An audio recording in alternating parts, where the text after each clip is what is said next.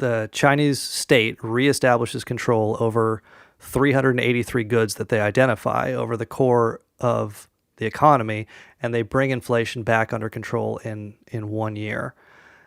But it is interesting where something that you don't hear very much in the West, I might have heard it like once or twice, but the book makes a very strong argument, and I think it's entirely correct, that when we talk about the Tiananmen Square protests and massacre, I mean, that's something that every Westerner who knows about China has, of course, heard about because it's such a feature of the propaganda here.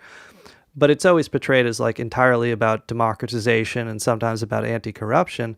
But I think the book makes the argument that it was 90%, 95% about this out-of-control inflation in 1988, which is what resulted in the 1989 Tiananmen Square protests. So the government was very much right to immediately realize what a threat to their continued hold on power inflation was and to reverse course.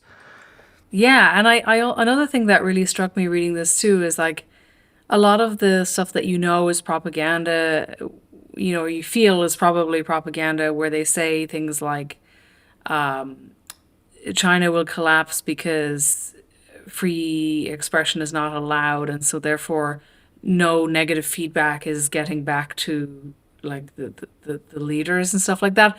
That's like a very common thing that the anti-China people say, and I thought that's probably kind of bullshit.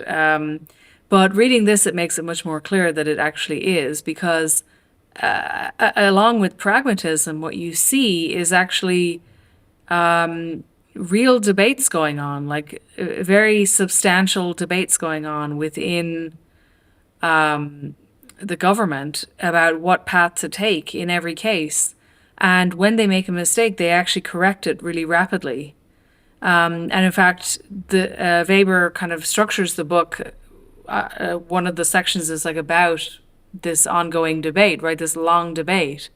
So that totally pushes against the idea that there's no debate going on. In fact, it gives much more of an impression internally that there's a lot more, real competition of ideas.